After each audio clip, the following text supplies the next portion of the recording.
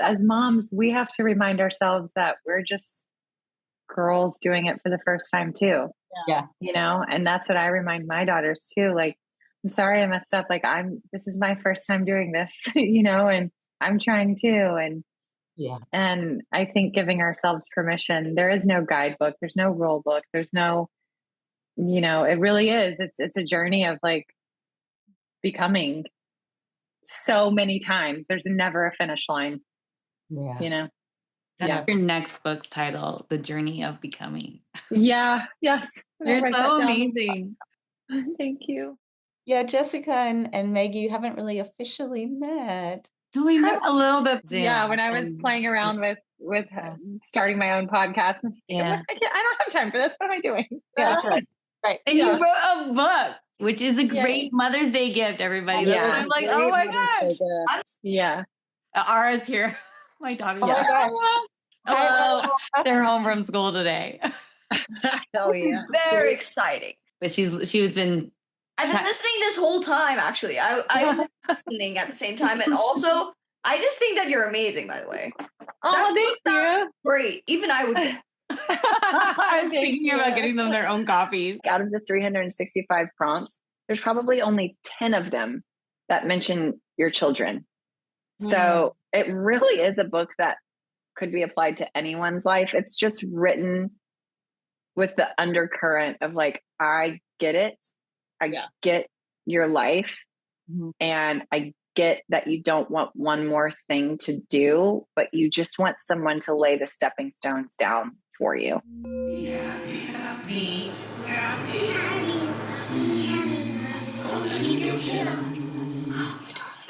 Welcome back, Mama fans. In part 3 of our conversation with author, mindfulness coach, and speaker Meg Sylvester, author of The Mindful Mom, we explore one of the most powerful ideas we've heard of on the podcast, stepping into your own scary room. Whether it's pursuing a dream, embracing your creativity, or simply giving yourself permission to slow down, fear often shows up right before growth. Meg shares how a writing retreat in Spain challenged her inner critic, why our biggest breakthroughs often begin with discomfort, and how to tell the difference between the dreams that truly belong to us and the ones we think we're supposed to chase. We talk about the beauty of unstructured time, learning to stop filling every second on the calendar, and why motherhood is a journey of becoming, not perfection. If you've ever questioned whether you're enough, wondered if you belong, or felt called towards something that scares you,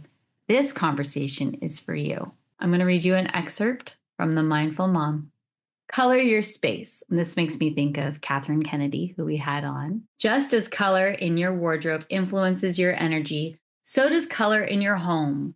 Soft blues can soothe, bold reds can energize, greens can bring balance, and yellows can spark joy. Surrounding yourself with intentional colors invites your space to support your mood and overall outlook. Me moment. Look around at the colors in one room. What mood do they create? What mood do you want to feel there? Add or change something, a blanket, a candle, a print, that aligns with the energy you want. And that inspires me because often I just have what I have and I accumulate instead of being more specific on the things that make me feel good. So grab a cup of coffee, a cup of tea, take a deep breath, sip from your water in your car as you're driving, and join us for the inspiring part 3 with Meg Sylvester. You know, I had a friend, or she's still a dear friend of mine, Kate. And when she to me models this like slow, intentional living. And when we first started hanging out, we were texting, trying to figure out a date that we could get like coffee together. And I was like looking, okay, like what's the first available spot I have in my calendar? You know, where can I squeeze this in? And she suggested a date like 3 to 4 weeks out.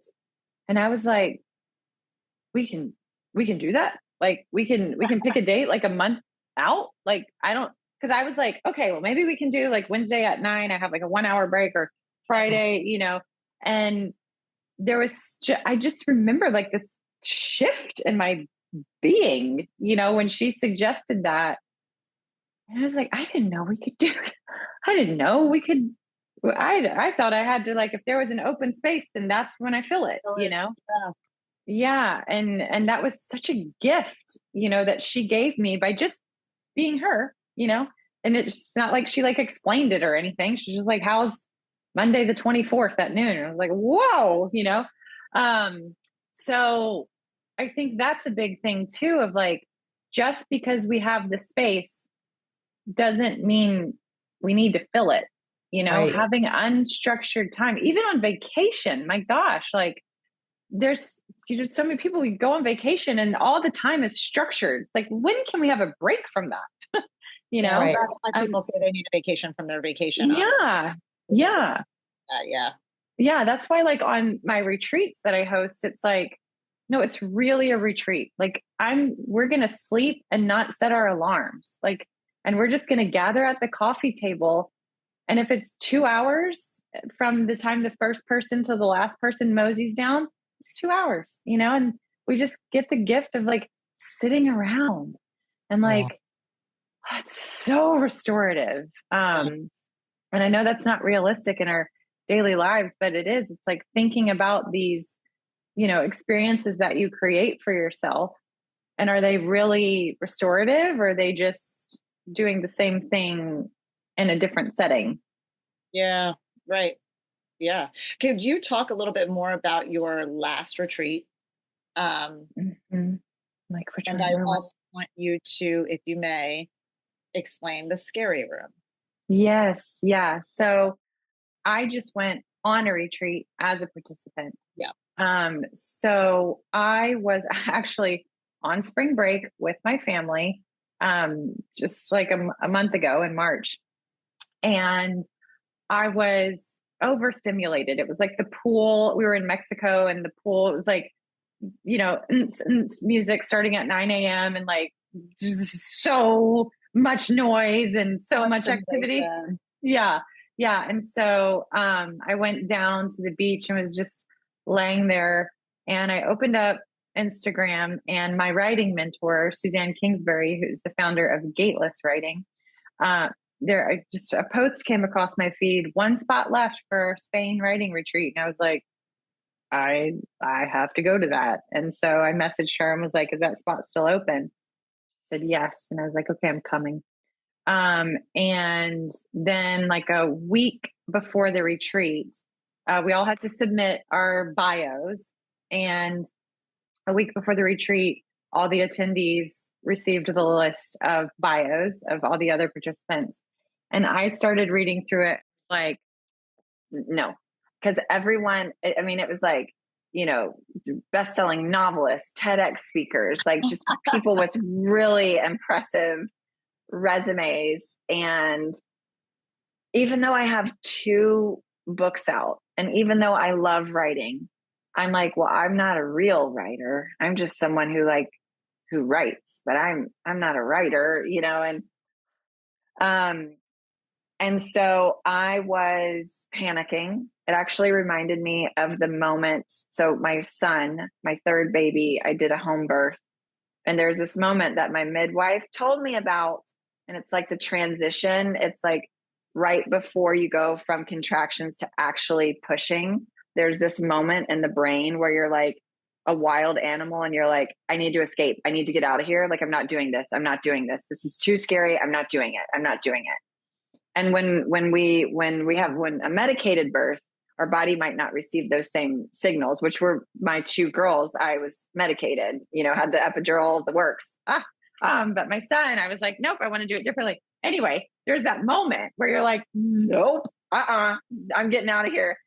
And I'll never forget what that felt like. And even my husband saw it. He was like, you were like a wild animal. Like, your eyes were like crazy, and you were like trying to escape. And anyway, so I had that moment before the retreat, which Suzanne calls the squeeze. But I was like, I know what this is. I know that before any expansive experience, the critic rises and says, no, you should not go. you should not do this. You should not have this experience, because the critic wants to like keep us from looking foolish. It wants to keep us from looking stupid. So the best way to not look stupid is to stay tucked into your cozy corner of life. So to me, this experience was my scary room. It was stepping into the scary room. And you know what I have kind of like started thinking about the scary room, it's this room that it's scary because it's intimidating, it's overwhelming. We walk in, we see a table, we see an empty chair, we're like, no, I can't sit there. Like everyone, as soon as I sit down, everyone's going to turn their head and stare at me and know that like I don't belong there. And that's the worst feeling in the world, you know? But I knew what was happening. I knew that that's what the critic was trying to tell me. And I was like, oh God, okay, I'm going to do it anyway. You know, so no turning back. So got on the plane, flew to Spain, walked in the room, and everyone's so lovely and wonderful, you know, and I'm writing and sharing my pieces, and they're, you know, feeding back what was resonant about my piece. And I'm doing the same, you know, with them. And it's like, I am a real writer. I'm a real writer because I write. And it reminded me of this experience I had with my son. We were in an airport, and all three of my kids were engaging in some sort of like art activity. Like my son was just coloring. My middle daughter was knitting. My oldest daughter was like drawing. She's an amazing artist. And I looked around and I was like, oh, I love that all of my kids are so artistic. And my son, who's 5, was like, what does artistic mean? And I was about to say, it's when you're good at art. And I stopped myself. I was like, no. And so what I said is, it's when you enjoy making art. And he was like, oh, I'm artistic. And I was like, you sure are. Yeah, and Meg, I love that so much. Yeah. And I was like, yes. Because like when I said that, I was like, I just created a paradigm in his mind that when you enjoy something, then you are that, you know? And so as I was writing, I was like, I love this so much. And I love the process of writing, just as, you know, you love the process of grappling and creating choreography, you know, and it's that like, it is the grappling that is so satisfying, you know? And so as I was on that writing retreat and writing the pieces and, you know, excavating the expression that wanted to come out, it's like, no, I am a writer. Like I enjoy this process. And so the room became much less scary when I just gave myself permission to be present in it and to do what I do, you know, instead of judging my creation and comparing it against everyone. It's like, no, the process is so satisfying for me. It's more satisfying than the end result, you know, and engaging in that process. So we all have our scary rooms, and we're all called towards our scary rooms. But I think there's a really important line to discern. And that is, sometimes the scary rooms that we feel we're supposed to step into aren't really our scary rooms. They're the rooms that we think we should step into in order to be successful. And then we get at the table and we're like, I don't even like what they're serving. Like, this doesn't satisfy me. I'm not even hungry for this. So it's important to note, is this your scary room, or is this just a room you were told you were supposed to step into? And that table might not even, it might feel scary because it's just not aligned, you know? And so it's important. That's an important discernment, you know, and only you know that. Is this a room that I think I should be walking into? Or is this a room that there is something magical and mysterious inside of me pulling me towards this room, even though it feels scary? And only you can discern that. Mm-hmm. Oh, so beautiful. You know, I was talking to my dancers 2 weeks ago, and I said, I want you all to know, first of all, how much I love you and I appreciate you.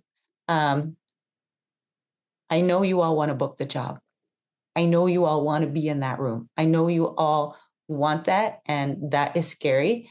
And it's competitive. And sometimes in the process, we lose the reason why we started doing this in the first place. That feeling never goes away. Mm-hmm. That feeling never goes away. Mm-hmm. So how do we deal with that feeling and let it, motivate us or make us self-reflect or make us think about, okay, how can I approach this differently? But that feeling of fear is never going to go away. So you might as well have fun in the process. Yeah. So, and it felt good to talk to them in that way because I was also talking to myself. Yeah. There's an interesting thing happening with this idea of imposter syndrome that we all talk about a lot. Mm-hmm. And I think there's two separate things. One of them is it is imposter. There are some people where you are being an imposter because you're trying to step into this space that you're actually not ready to step into. So you feel like an imposter because you need some more training, and that's okay, Yeah. But then what's also being labeled as imposter syndrome is the stretch. And every artist is going to feel like an imposter if they're stretching themselves, because you're stretching yourself into a space that you haven't been before through your process by what you're creating. And that's what makes us evolve as artists. And so it's not really imposter. You're just stretching yourself, Mm-hmm. And so you might feel like an imposter, but you're just stepping into the stretch, by doing what you're meant to do, and that's evolving your process and going into uncharted territory. And so it's like two different things that haven't been separated by the collective narrative yet, and I think that's important to ask yourself, like, well, do I feel like an imposter because I literally am and I shouldn't be teaching this yet, and having some accountability and integrity, or am I just in the stretch? So I think that's really important to like ask yourself and check in with yourself. True. That's the stretch. Well, mm-hmm. Yeah. And because that, I think you're right, is like, if you're on your way to something, then you are in that lane that it's often considered not your lane. It's just so nuanced. I always feel like I learned so much from you. On the side note, I take it with me all the time, the part about like that you don't have to do everything in the timeline. Like that it might happen just because you're not doing it right now, like doesn't mean it won't happen down the road. And you're like you talked about like taking breaks also. Mm-hmm. And it just gives me such peace. Like some days where I'm like, I just can't do it. I'm like, no, remember Meg said it's okay to take your break.